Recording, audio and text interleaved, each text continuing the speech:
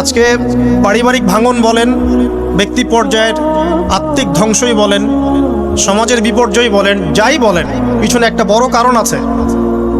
সেটা হলো আল্লাহ থেকে দূরে থাকা মানুষ, আল্লাহ থেকে হতাশ হয়ে যাওয়া। আর এই কাজটা শয়তান করিয়েছে মানুষকে আল্লাহ থেকে দূরে সরানোর জন্য। কিন্তু আল্লাহ রাব্বুল আলামিনের কাছে কেউ যদি যেতে চায়, মন থেকে যদি আল্লাহকে একটা বারও ডাকে, আল্লাহ পাক এক ডাকের মাধ্যমেও তার গুনাহ মাফ করতে পারে। দুজন ব্যক্তির ঘটনা পড়লাম। একজন ব্যক্তি প্রচন্ড রকম আবেদ, প্রচুর ইবাদত করে। আপনারা জানেন ইবলিসও কিন্তু আবেদ ছিল, ইবলিস কিন্তু প্রচুর ইবাদত করেছে।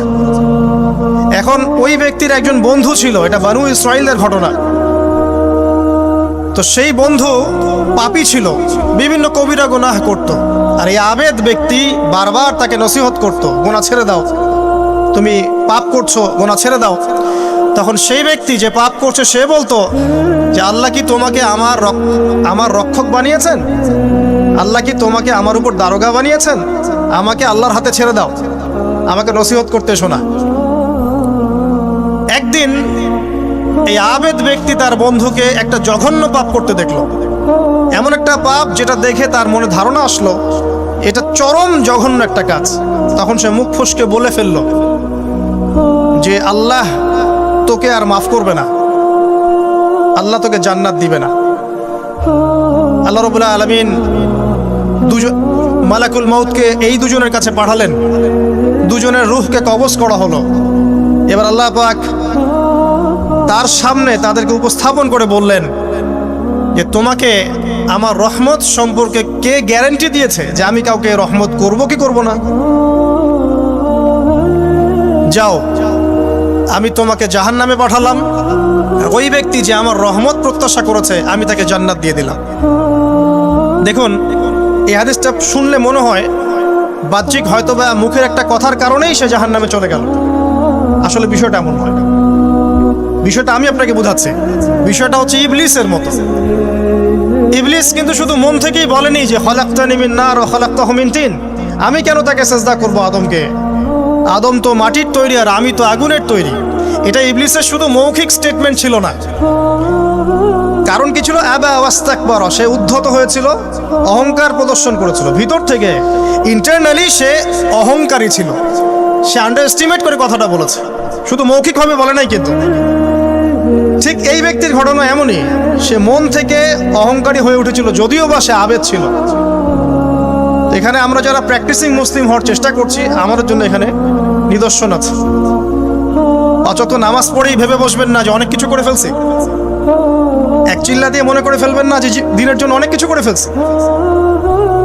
একটা হজ করেছেন, ওমরা করেছেন, সিয়াম রেখেছেন, দিনের জন্য দান সদকা করেছেন, একটা মাদ্রাসা মসজিদ করেছেন, ভেবে বসবেন না আপনি সব অনেক কিছু করে ফেলেছেন এবং অন্যরা সব ককরোচ তেলাপোকা, ওরা জাহান্নামে যাবে, এমনটা মনে করবেন।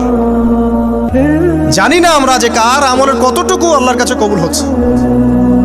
তো এখানে এই ব্যক্তির সমস্যা ছিল এই, সে নিজের আমলটাকে অনেক ভারী মনে করছিল এবং সে স্টেটমেন্ট দিয়ে ফেললো যে তোকে আল্লাহ পাক মাফ করবে না। এই একটা কথা মন থেকে বলার কারণে তার ইহকাল পরকাল দুটা বরবাদ হয়ে গেল, সে জাহান্নামে চলে গেল। ঠিক আরেক ব্যক্তির ঘটনা আছে এমন, এগুলো সবগুলো রেফারেন্স আছে। এক ব্যক্তি প্রচুর ইবাদত করত, আল্লাহ পাক তার ইবাদত করার জন্যে পাহাড়ের চূড়ায় একটা সুন্দর ব্যবস্থাও করে দিয়েছিলেন। সেখানে ডালিম গাছ হতো, ঝর্ণা আসতো, খাবারের কোনো অভাব নাই। হাদিস এসেছে 500 বছর সে ইবাদত করেছে। কত বছর? কিয়ামতের মাঠে এই ব্যক্তির অবস্থা এমন হবে, তাকে জান্নাতে প্রবেশ করানোর জন্য নিয়ে যেতে বলা হবে যাও আমার রহমতে জান্নাতে চলে যাও। আল্লাহ পাক তাকে এই কথাটা বলবেন, কিন্তু এই ব্যক্তি বলবে আমার আমলের কারণে আল্লাহ পাক বলবেন আমার রহমতে জান্নাতে চলে যাও। ব্যক্তি বলবে আমার আমলের কারণে। আল্লাহ রাব্বুল আলামিন তখন তাকে দেওয়া সমস্ত নেয়ামতগুলোকে এক পাল্লায় করবেন আর তার সমস্ত আমলকে আরেক পাল্লায় করবেন। তারপর দেখা যাবে আল্লাহর সমস্ত নেয়ামত তার একটা চোখের সমান হয় নাই। কথা কি বুঝতে পারছেন? একটা চোখের যে নেয়ামত আল্লাহ পাকের, সমস্ত আমল ও 500 বছরের ইবাদত এতটুকু হয়নি। তারপর তাকে বলা হবে ওকে জাহান্নামে নিয়ে যাও। এবার জাহান্নামে যাওয়ার সময় সে বলবে আল্লাহ তোমার রহমতে আমাকে মাফ করে দাও। তখন আল্লাহ পাক তাকে আবার ডেকে নিয়ে আসবে, বলবেন যে তোমাকে যে আমি ইবাদত করার জায়গা করে দিয়েছিলাম, এটাকে তুমি নিজে করেছো না আমি করেছি? সে বলবে আপনি করেছেন। তোমাকে যে আমি সৃষ্টি করেছিলাম তখন কি তুমি কোন আমল করেছিলে? বলবে না। তাহলে তোমাকে যে সৃষ্টি করেছি আমি, এটা কি তোমার আমলের কারণে? না। তোমাকে সারা দুনিয়াতে এত নিয়ামত দিয়েছি, এটা কি তোমার আমলের কারণে? সে বলবে না। তখন তাকে জান্নাতে প্রবেশ করানো হবে। কিয়ামতের মাঠে এমন অনেক ঘটনা ঘটবে যেটা আমাদের চিন্তার বাইরে। আরেকজন ব্যক্তিকে ডেকে আনা হবে, যে ব্যক্তি একটা দুটা নয় বরং 100টা খুন করেছে। সে 99 জন মানুষকে হত্যা করার পর ফতোয়া খুঁজে বেড়াচ্ছিল যে আমার তওবা কবুল হবে কিনা। একজন আবেদের কাছে গিয়েছে। আবেদ আর আলেম কিন্তু এক জিনিস না। আবেদ মানে যে প্রচুর ইবাদত করে, তার জ্ঞান কম, সে শুধু জানে কিভাবে ইবাদত করতে হয়। আলেম হচ্ছে সে যে শরীয়তের গভীর জ্ঞান জানে, আবার ইবাদতও করে। আবার যারা জ্ঞান আছে আমল নাই, সেও কিন্তু প্রকৃত আলেম না। প্রচুর জ্ঞান আছে কিন্তু জ্ঞান অনুযায়ী আমল করে না, সেও কিন্তু প্রকৃত আলেম নন। এবার আসেন, তো এই আবেদের কাছে গিয়ে সে বলছে আমার কি ক্ষমা হবে? আমি 99টা খুন করেছি। সে বলল তোমার আবার ক্ষমা? তোমার ক্ষমা নাই। তখন এই ব্যক্তি এই আবেদকে হত্যা করে 100টা খুন পূর্ণ করলো, ওকেও সে মেরে ফেলছে। আমার ক্ষমাই হবে না তো তোর বেঁচে থাকার কি দরকার, তুইও মর। কি বুঝতে পারলেন? বর্তমান বিশ্বের উগ্র মাথার পলিটিশিয়ানদের মতো অবস্থা। আমার দেশের সমস্যা, তোর দেশ পারমাণবিক বোমের উড়াই দিব, মানে এরকম একটা অবস্থা। তো আল্লাহ রাব্বুল আলামিন এই ব্যক্তির মধ্যে একটা চেতনা তৈরি করলেন যে আমাকে তওবা করতে হবে। সে তখন সার্চ করতে লাগলো আরো কোনো আলেম আছে কিনা। এরপর অনেক দূরে একজন আলেমের সন্ধান পাওয়া গেল। সে সেখানে গেল, তাকে গিয়ে বলল আমার কি ক্ষমা হবে? সে আলেম তাকে বলল হ্যাঁ, তোমারও ক্ষমা হতে পারে। যাও, তুমি ইস্তেগফার করো এবং এই এলাকা থেকে অন্য এলাকায় চলে যাও। মানে যে এলাকায় তুমি অনেক দিন ছিলে, যেখানে তুমি অনেক পাপ কাজ করেছো, এখানে থাকার দরকার নাই। তওবা করে তুমি অন্য কোথাও চলে যাও, নতুন একটা জীবন শুরু করো। এখানে থাকলে হবে কি, তোমার স্মৃতিগুলো তোমাকে তাড়িয়ে বেড়াবে এবং মানুষ তোমাকে খারাপ নজরে দেখতেই থাকবে, তুমি তখন কষ্ট পাবে। এই জন্য তুমি চলে যাও। তো চলে যেতে যেতে সে রাস্তায় ইন্তেকাল করে। এবার তার রূহ নিবে কে? এই জন্য দুদল ফেরেশতা আসছেন, জান্নাতি এবং জাহান্নামী। তাদের মধ্যে বাক বিতরটা হচ্ছে কে রূহ নিয়ে যাবে। তো জাহান্নামের ফেরেশতারা বলছেন সে এতগুলো খুন করেছে, তার রূহটা আমরা নিব। আর জান্নাতি ফেরেশতারা বলছেন না, সে তওবা করতে এসেছিল, অতএব সে আল্লাহর অভিমুখী হয়েছে, তার রূহটা আমরা নিব। আল্লাহ পাক এখানে একটা কৌশল করলেন। আল্লাহ পাক ফেরেশতাদেরকে বললেন তোমরা রাস্তাটাকে পরিমাপ করে দেখো, যেদিকে যাচ্ছিল তার পরিমাপ বেশি নাকি যেখান থেকে এসেছে ওর পরিমাণ বেশি। আল্লাহ পাক জমিনকে আদেশ করলেন হে জমিন তুমি প্রশস্ত হয়ে যাও। এবার পরিমাপ করে দেখা গেল সে তওবার দিকে আসছিল, এর পরিমাণটা বেশি। এই একটা কাজের ওসিলা আল্লাহ পাক তাকে মাফ করে দিলেন। মনে রাখবেন এটা মৌখিক বিষয় ছিল না, সে মন থেকে ভিতর থেকে কিন্তু সে আল্লাহর প্রতি অনুগত হয়েছিল। এই মনের বিষয়টা আল্লাহ ছাড়া কেউ জানে না। আপনি দেখতে পারেন সমাজে অনেকে দাড়ি টুপি পাগড়ি জুব্বা সব লাগিয়ে ঘুরছে, তো বিশ্বাস করেন তাদের মনটা এমনও হতে পারে যে জানোয়ারের চেয়েও কুৎসিত, এমনও হতে পারে। আবার আপনি দেখবেন সমাজে এমন অনেক মানুষ ঘুরছে যারা হয়তো অনেক পাপে লিপ্ত মনে হচ্ছে, কিন্তু মনের মধ্যে সততা আছে। আর যার মনের মধ্যে সততা আছে আল্লাহ বা কোনো না কোনো দিন ইনশাআল্লাহ তাকে হেদায়েত দিবে। এটা আমরা আমাদের অভিজ্ঞতা থেকেও দেখেছি। এমন অনেক মানুষকে আমরা দেখেছি যে ড্রাগ অ্যাডিক্টেড ছিল, মিউজিক করেছে, হারাম সম্পর্কের মধ্যে ছিল, নামাজ ঠিক মতো পড়ে নাই, কিন্তু যখনই আল্লাহর কথা আলোচনা হতো দেখতাম সে খুবই শান্তভাবে মন থেকে কথা শুনছে। এই কথা শুনতে শুনতে শুনতে একদিন মাশাআল্লাহ এখন দেখবেন যে চিল্লা দিয়ে বেড়াচ্ছে বিভিন্ন মসজিদে। আল্লাহ হেদায়েত দিয়েছে, সব ছেড়ে দিয়েছে। এরকম মানুষের অভাব নাই কিন্তু সমাজে। তো এখানে আল্লাহ পাকের রহমত বা দয়ার একটা উজ্জ্বল দৃষ্টান্ত দেখতে পারবেন। ঠিক এরকম আরো একটা ঘটনা আছে বনু ইসরাইলের। এক ব্যক্তি এত পাপ করেছে যে শেষে মৃত্যুর সময় সে সন্তানদেরকে ডাকছে, ডেকে বলছে যে আমি যখন মারা যাব আমার লাশটাকে তোমরা কবর দিও না, যদি আল্লাহ পাক আমাকে ধরতে পারেন তাহলে খবর আছে আমার। আর কি করতে হবে? সে বলছে যে আমার দেহটাকে তোমরা পুড়িয়ে ফেলবে এবং পুড়িয়ে ফেলার পরে ছাইগুলোকে একত্রিত করবা, করে অর্ধেক ছাই সমুদ্রে ভাসিয়ে দিবা, অর্ধেক ছাই বাতাসে উড়িয়ে দিবা। সন্তানরা তাই করলো। মৃত্যুর পর আল্লাহ পাক এই সমুদ্র এবং জমিনকে বাতাসকে আদেশ করলেন যে তোমরা ছাই জড়ো করে দাও। আর মানুষ আর জিন আল্লাহর কথা না শুনলেও এই প্রকৃতি আল্লাহ পাকের কথা শোনে। বিজ্ঞান বলে প্রকৃতি থেকে সব হচ্ছে। কি প্রকৃতি? প্রকৃতি কি, কাকে বলে? মানুষকে আল্লাহর ইবাদতকে বাদ দিয়ে প্রকৃতি পূজায় নিয়ে গেছে। এই পুরো প্রকৃতি আর মহাবিশ্ব এক আল্লাহর ইবাদত করে। কে সৃষ্টি করলো প্রকৃতি? প্রাকৃতিক ভাবে হয়েছে সবকিছু বলে, আল্লাহ থেকে হয়েছে বলা যাবে না। বললে আপনি মৌলবাদী হয়ে যাবেন। আল্লাহ শব্দ ইউজ করলে আপনি মৌলবাদী হয়ে যাবেন। ধর্মতাত্ত্বিক শব্দগুলোকে আস্তে আস্তে উঠিয়ে দেওয়া হয়েছে।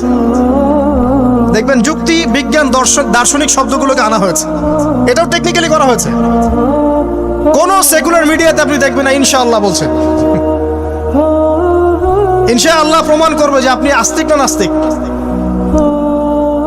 তো প্রকৃতিকে আল্লাহ পাক আদেশ করলেন, এই সমুদ্র ছাই জড়ো করো, এই বাতাস ছাই জড়ো করো। তারা ছাই জড়ো করে দিল। এই ব্যক্তিকে বলা হচ্ছে তুমি জীবিত করে, আল্লাহ পাক বলছেন তুমি যে এই কাজটা করেছিলে, লিমা ফাআলতা হাদা, তুমি এই কাজটা কেন করেছো? তখন এই ব্যক্তি উত্তর দিচ্ছে, মিন খাশিয়াতিকা ইয়া রাব্বি ওয়া আনতা আ'লাম। হে আল্লাহ, আমি আমার বুঝে যা এসেছে আপনার ভয়েই আমি এই কাজটা করেছি, আর আপনি খুব ভালো করেই জানেন যে আমি আপনার ভয়ে করেছি নাকি অন্য কোনো কারণে করেছি। মানে আপনি আমার মনের কথা জানেন। আল্লাহ পাক তাকে মাফ করে দিলেন।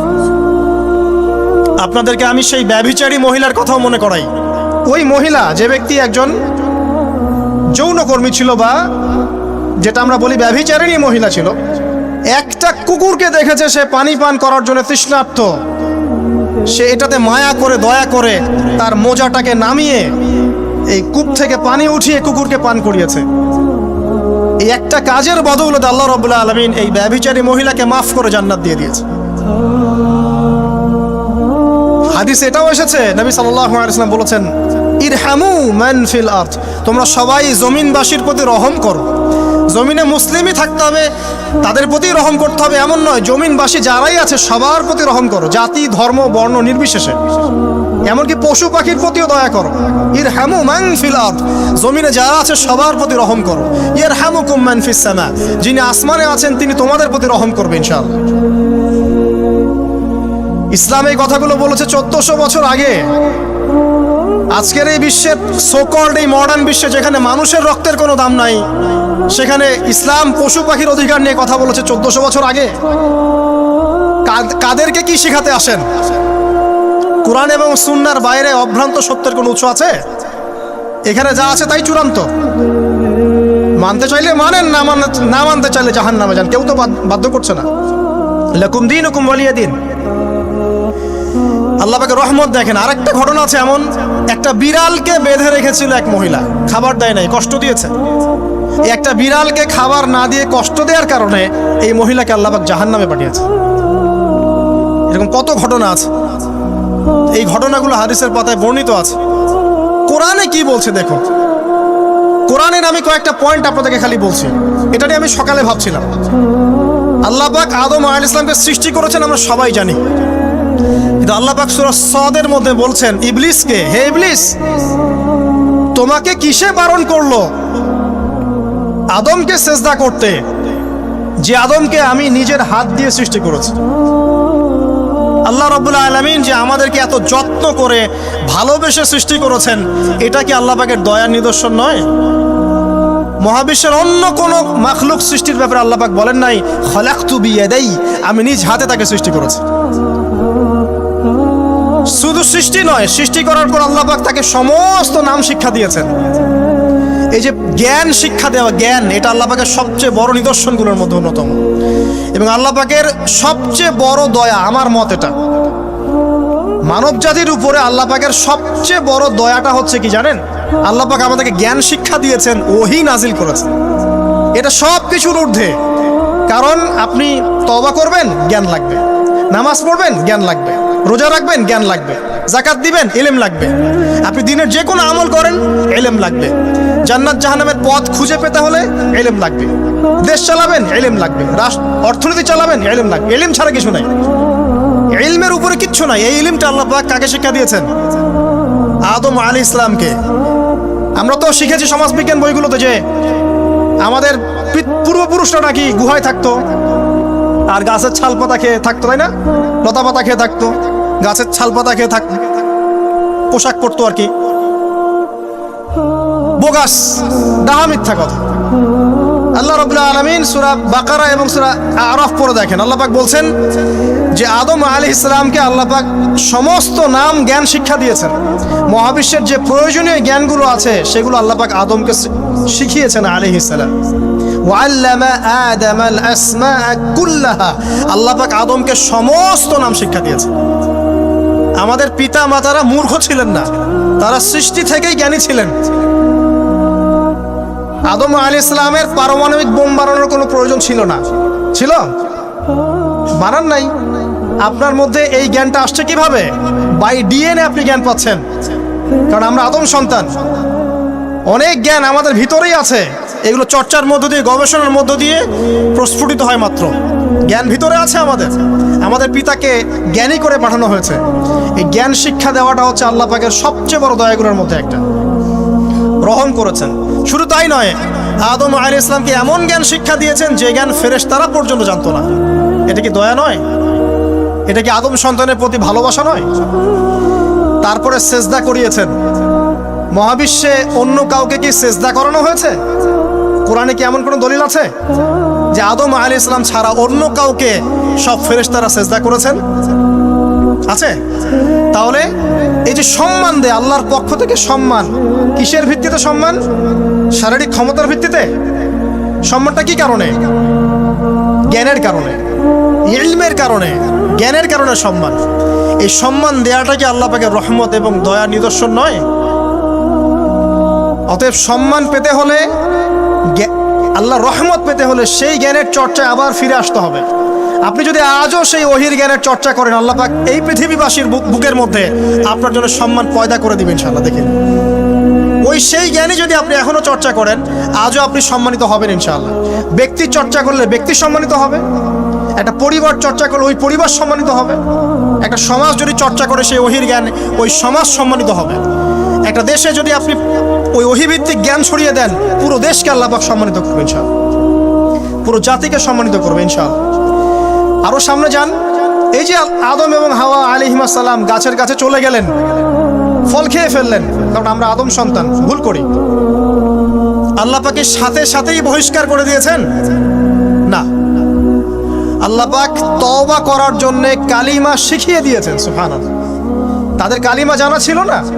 আল্লাহ পাক বলছেন ফাতালাক্কা আদম মির রাব্বিহি কালিমাত, আল্লাহ পাকের কাছ থেকে আদম আলাইহিস সালাম কিছু বাক্য শিখে নিলেন, যেই বাক্য দিয়ে ফাতাবা আলাই, সে আল্লাহর কাছে তওবা করলো। কোন সেই বাক্য?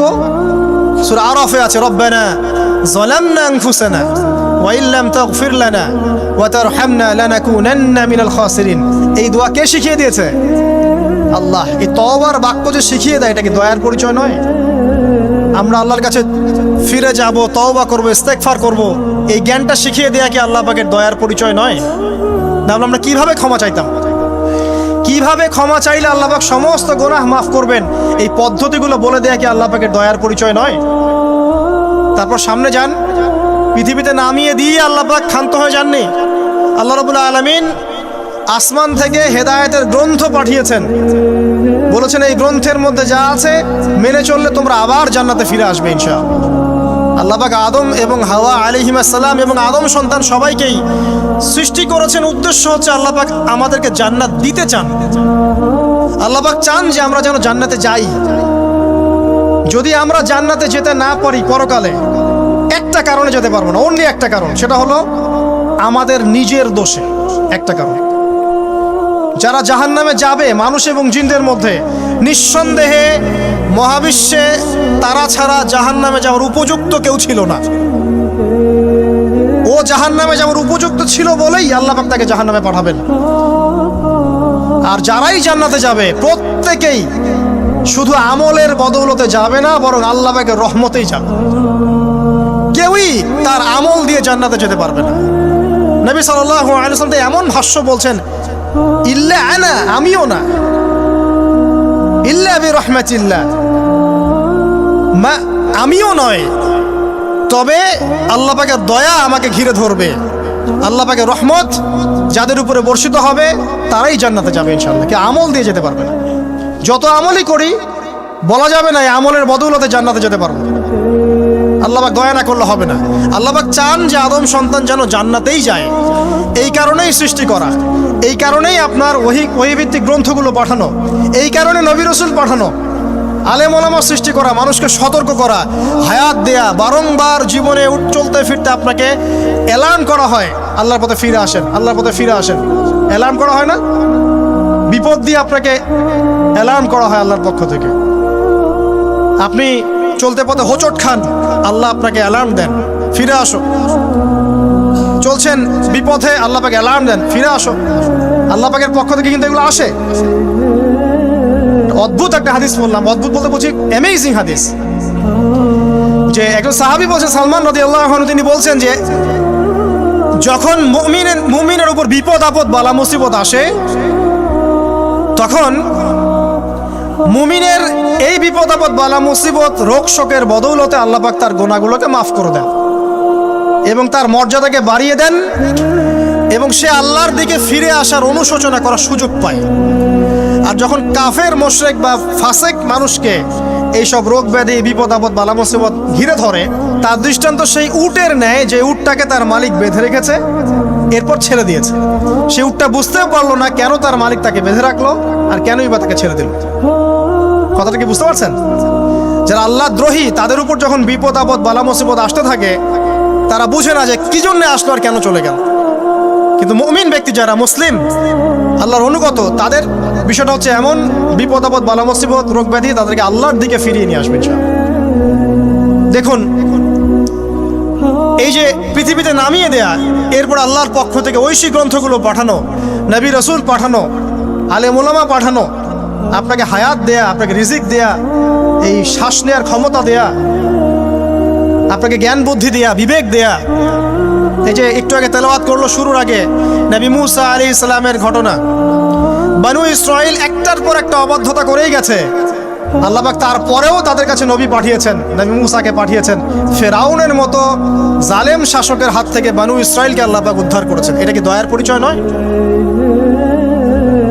নবী মূসা আলাইহিস সালাম গাছের নিচে বসে আছেন, খাবার নাই, বাসস্থান নাই, কিচ্ছু নাই, বরং তার গায়ে একটা অপবাদ দেওয়া হয়েছে যে তিনি নাকি একজন মানুষকে খুন করেছেন, অথচ তার ইন্টেনশন সেটা ছিল না।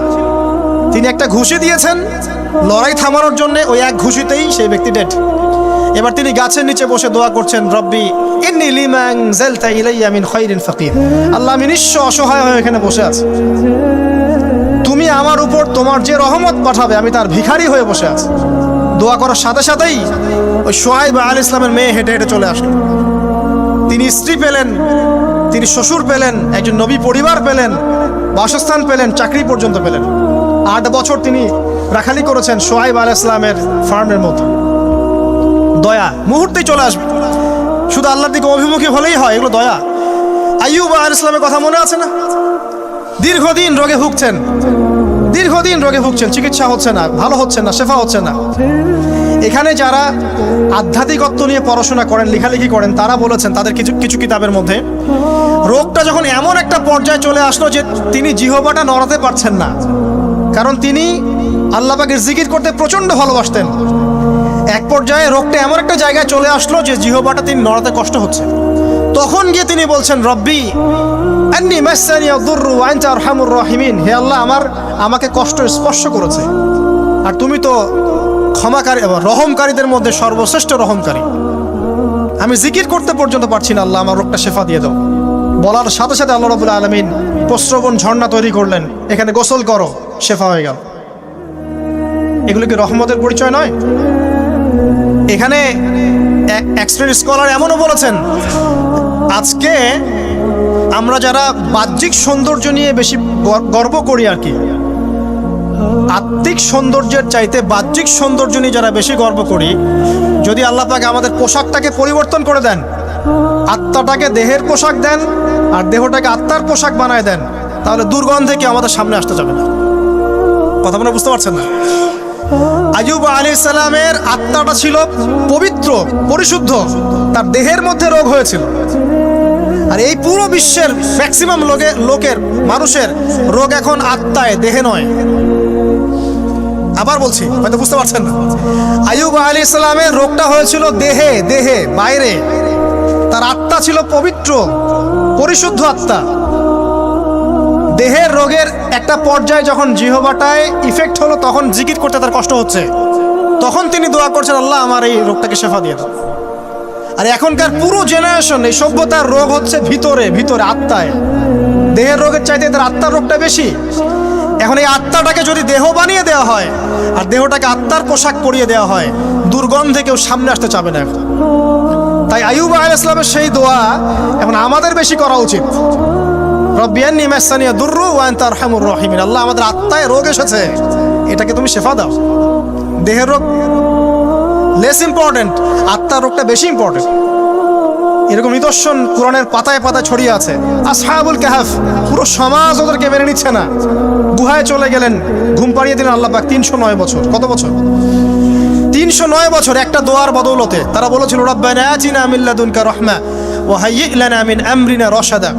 আল্লাহ পাক শুধু ঘুম পাড়িয়ে রাখলেন না, তাদের মধ্য দিয়ে আল্লাহ পাক পুরো একটা সভ্যতাকে হেদায়েত করে দিলেন। আলহামদুলিল্লাহ। যে সভ্যতা বিশ্বাস করতো না যে পরকাল বলে কিছু আছে, দাকিয়ানুস বাদশার সেই জুলুম থেকে আল্লাহ পাক এই 10 জন বা 9 জন যুবককে বাঁচালেন, ওদেরকে কিয়ামত পর্যন্ত কোরআনের পাতায় স্থান দিলেন, নিদর্শন বানালেন এবং তাদের মধ্য দিয়ে একটা পুরো সভ্যতাকে হেদায়েত দিলেন। সুবহানাল্লাহ। যেখানে যাবেন এই নিদর্শন। আর কার কথা বলবো? যুলকারনাইন, মনে আছে? কোন সূরা আছে যুলকারনাইনের কথা? সূরা কাহফ। আল্লাহ পাক তাকে এমন রহমত করেছিলেন যে মাশরিক মাগরিব, মানে পূর্ব পশ্চিম পর্যন্ত তাকে রাজত্ব দিয়ে দিয়েছেন।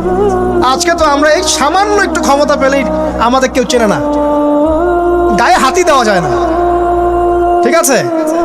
মানে তখন সে নিজেকে মনে করে যে সে এই পৃথিবীর সবকিছু, বাকি মানুষ আর মানুষ না।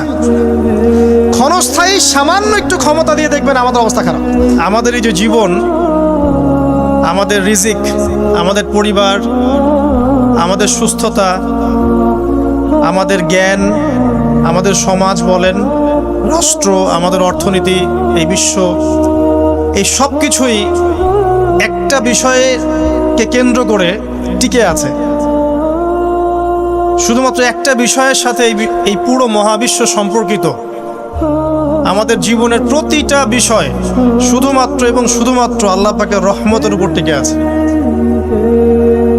আল্লাহ পাকের রহমত আমাদের ব্যক্তি জীবন, পারিবারিক জীবন, আমাদের দেহ, আমাদের মন, আমাদের জ্ঞান, অর্থনীতি, ব্যবসা বাণিজ্য, আমাদের রাষ্ট্র, সব কিছুর মধ্যে শুধুমাত্র আল্লাহ পাকের রহমত দিয়ে ভর্তি।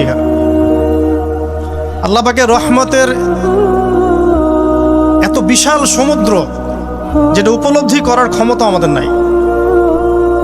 আমরা যদি সবাই ঠান্ডা মাথায় একটা বার খালি ভাবতে বসি, সবাই যার যার জায়গা থেকে ভাবি যে আল্লাহ পাক আমাদেরকে কি কি রহমত দিয়ে রেখেছেন, কি কি নিয়ামত দিয়ে রেখেছেন। ওয়া ইন তাউদ্দু নি'মাতাল্লাহ লা তুহসুহা। তোমরা যদি আল্লাহ পাকের নিয়ামত গণনা করা শুরু করো, কোশ্চিনকালেও গুণে শেষ করতে পারবে না।